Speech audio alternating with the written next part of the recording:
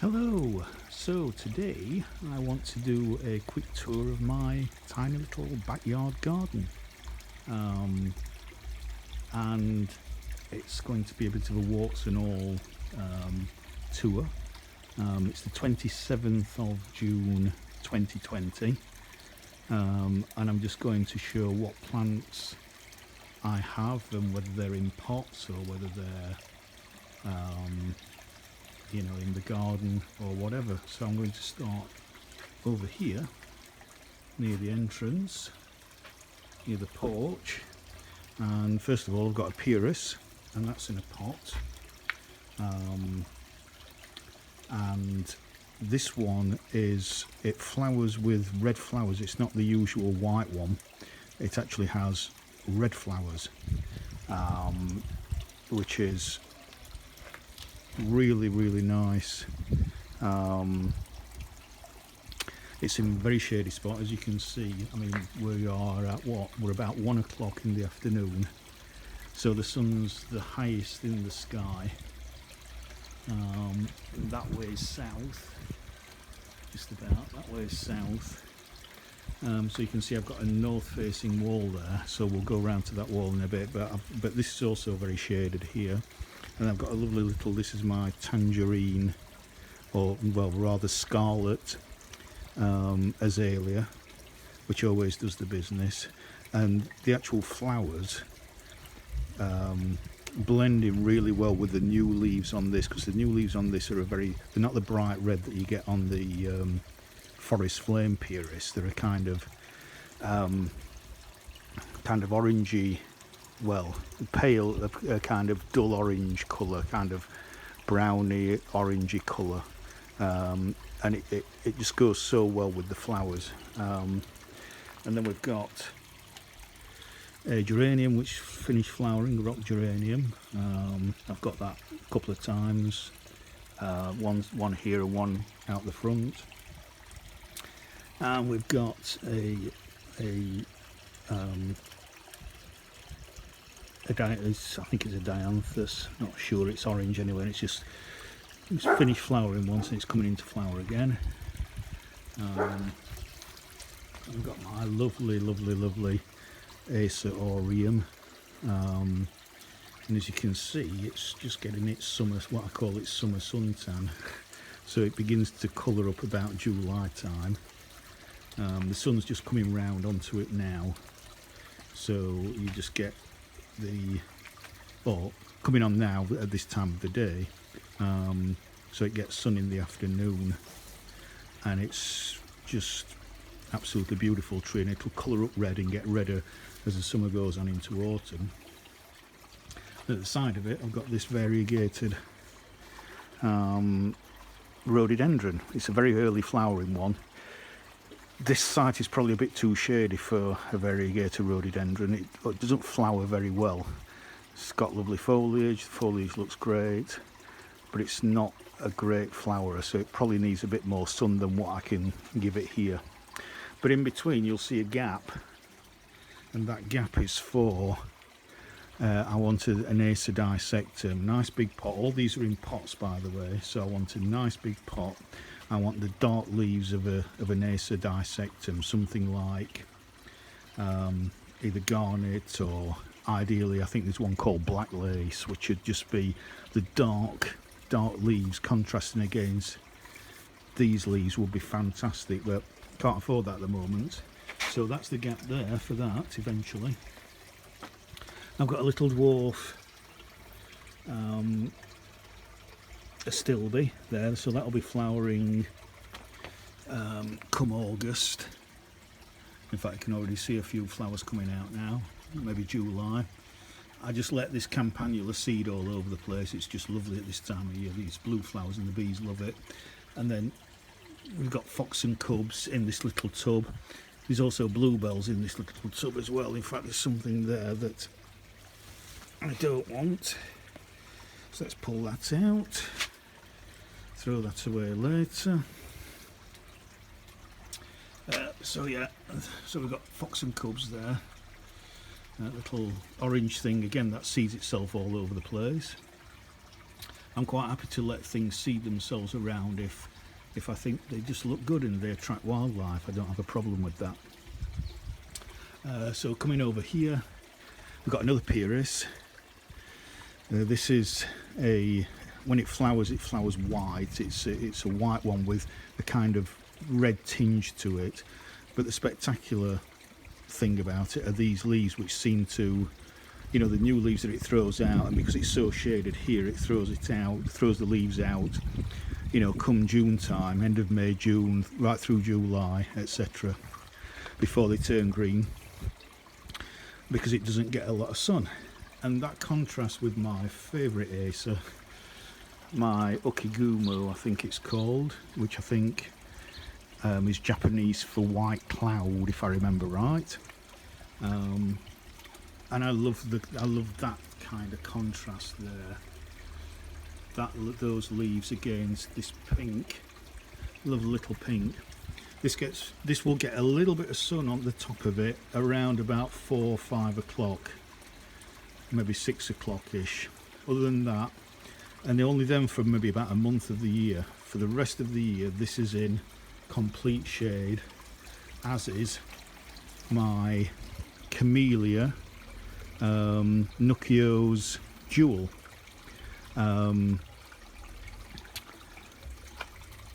Seems to do all right. Didn't flower as well. So this is only the second year it's been in. The first year it flowered well, obviously, because it's been in the garden centre and it's been grown. This year it didn't flower so well, so I think it might be too much of a shaded position even for this this shrub. So what I'm going to do is, I've given it a good high potash feed. We'll see how the buds develop. You can see the buds already beginning to form there. Oh, there's a better one there, and there, and possibly there as well. There, yeah, I think that's more like the bud. It's hard to tell which are going to be new shoots and which are going to be buds at this time, but really, as long as I keep that well-fed, high potash feed and well watered during July and August, I'm hoping it's going to flower better next year. And then this is such a good doer for shade. There's 2 plants there, Euonymus Elwood's Gold, I think it's called, and it's just such a good doer in deep shade. It gets no sun at all, no direct sunlight at any time of the year. And then if I come round and just come up, we've got, again in a pot down there, we've got a Clematis and a climbing rose. The Clematis is I think it's Nelly Moser, and it's just flowering again. I might be wrong. And the rose has just finished its kind of first flush. There's just a couple left up there and up there. This is only the second year it's been in, but already, despite this being quite a shady position, all the buds there. So I'm really, really chuffed. Tie that in when it grows a bit longer. I'm really chuffed as to how well this Penny Lane, a rose of the year 2010, is doing. It's beautiful little buds there, absolutely delightful, and I like that combination. So yeah, more buds there, more buds from the Clematis. That should be nice throughout July. So we come round then to, again, this is only not sure if this is the second or the third year that this has been in. Comtesse du Bouchard, if I remember right. There was a little bit of Clematis wilt earlier on in the season, but I think that was due simply to it being very, very windy. You had a few shoots that kind of just wilted, and but it's come back like like it's nothing's been wrong. There's still loads of buds on it. It's been flowering now like this for probably a couple of weeks. Still lots and lots of buds. Absolutely superb. And then we have Fuschia Jenny. Again here, this area here gets virtually no direct sunlight at any time of the year at all. So I wanted something that would flower in this kind of shady position, and as you can see, it's doing pretty well. Again, this is only about the third year it's been in here. And something, you know, with foliage to kind of lighten it up. And it's the same reason I planted the Creeping Jenny there. Again, does well in shade. It's very moist on clay soil here, heavy clay soil. What I think I need something with a silvery or a blue foliage to contrast, to break up this kind of limey green. So I will probably plant something like a Brunner, Jack Frost or something, somewhere around there. Again, something that will do well in shade. I've got my little dwarf Pieris there. Can't remember what they call that, but again, this is the same. This is very similar to the foliage that I get on that first Pieris that I showed you. It's just lovely, kind of soft, kind of pinky, orangey, browny kind of tone. So I've got my ponds, which there's fish in that one. Got a Cotoneaster there, tub. I've got a water lily that's kind of struggling to come up because again it doesn't get a lot of sun. Only, you know, for 6 months of the year, all this is in shade because the sun's so low in the ground. So low in the sky. All this is in shade. So I've got my little waterfall. You can see there's a gap there where the soil's kind of fallen away, but I've left that open. So any frog or newt or whatever that wants to go and hide in winter, you know, hibernate, can kind of go in there. I've also seen bees going in and out of there, as though that might be a nice place for bees to go and hide. And then kind of the main bed is Lysimachia here, yellow flowered one, the variegator one. So again, because the sun's come out now, but again in the next hour or so this will be back in shade again. So you've got these yellow, lovely yellow flowers which go very nice with the foliage, and again yellow and blue always work well together. So I've got the geranium that flowers all summer. This will flower all July. So I love that combination. That combination is excellent. Behind you've got an anemone there. Now I've got an azalea which you can see down there has just finished flowering. The idea with that was that would flower before these came up, because these are herbaceous, the geranium and the Lysimachia. They're herbaceous. And so the idea is that they're going to be quite low down when that's in flower, but because that's in such a shaded position, that flowers so late that it's flowering at its best when these are kind of shading it out, or when these are covering it up. So I can't see, you know, because normally I'm looking at it from this position, so I can't see the damn thing.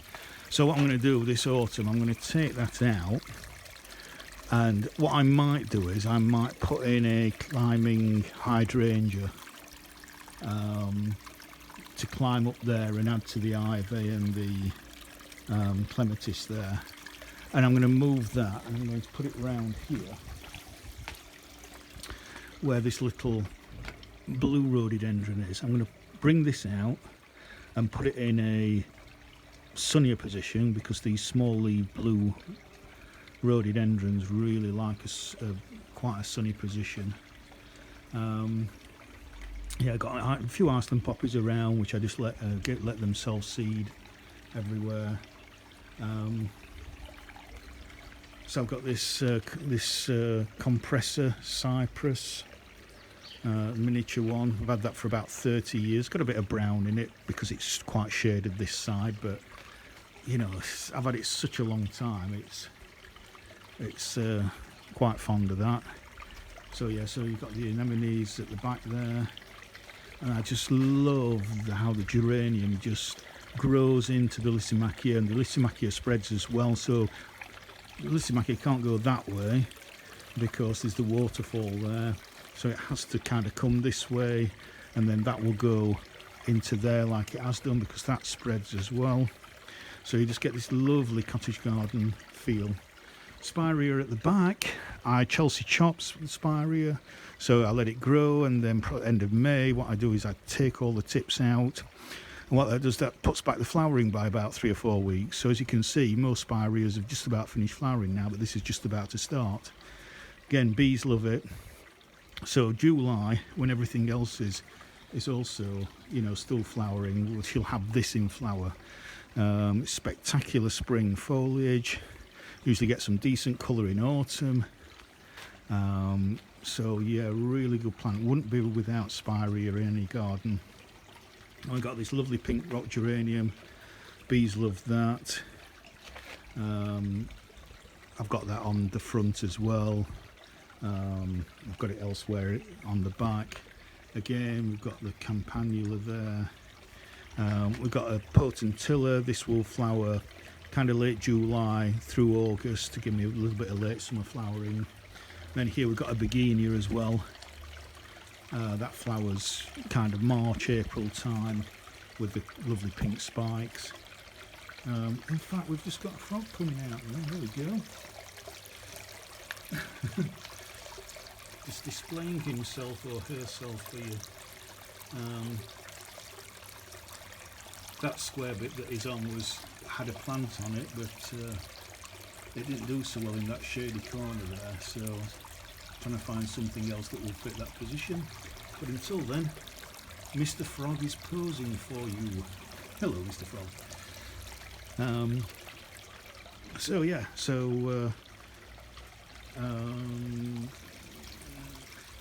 what I want to do as well at some time in the future is, because we've kind of got a pathway that leads there, is to get a big outdoor mirror as it leads into another garden, but obviously reflecting this garden, and then put some kind of a trellis around it, and maybe have a honeysuckle or another clematis climbing up.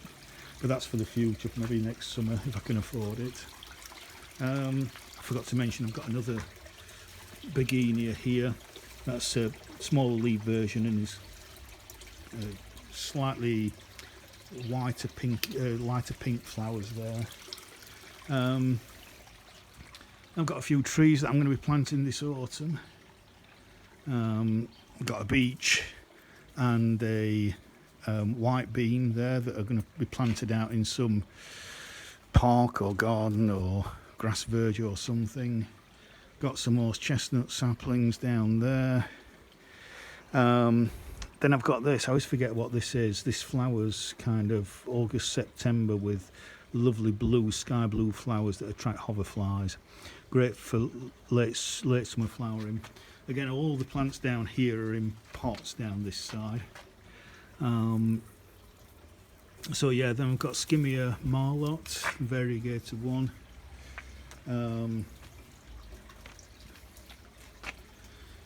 A Hypericum, you can see bees like that, but it's just coming to the end now. And also got one at this side as well. It's a little bit straggly. I think it's a little bit shady. This position is, even though this is the sunniest side of the yard, it's a little bit shady for it. So they tend to go a bit leggy and struggle. But here's my arch with a clematis that I'm not keen on. Maybe it would do better in the garden or in proper soil rather than in a tub. But this is called Harlow Car, not to be confused with the David Austin Rose Harlow Car. And this is intertwined with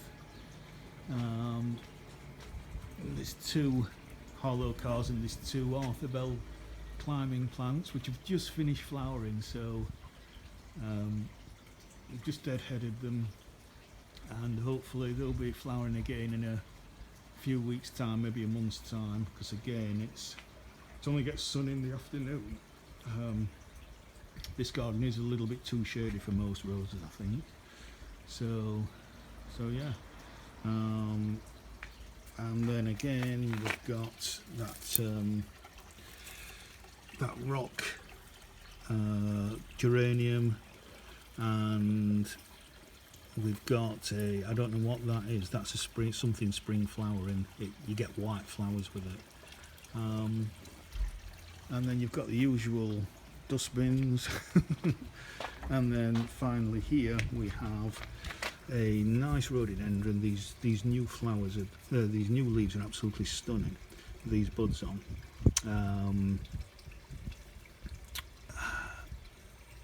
They've turned green now, but they come out a really nice blue colour when they first come out.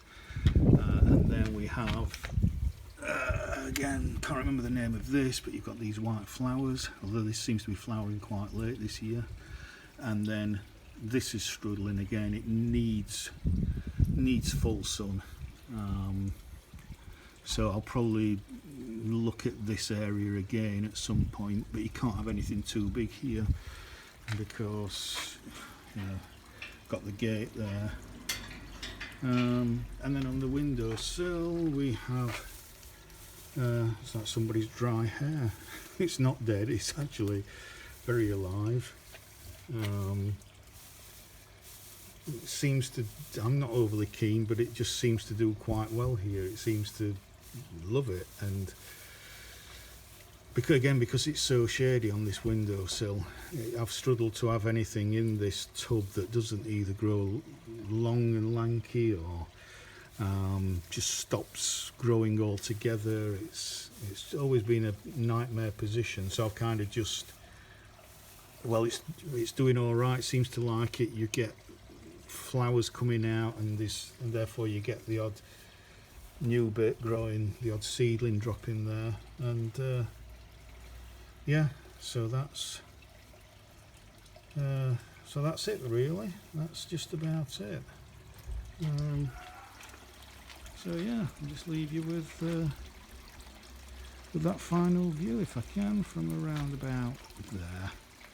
And that's where I want some big tall mirror going right to the top of the wall and framed with an arch or something. So as you can see, the sun's moving across this way now, so that will go into shade as it comes round here, and this will come into sunshine.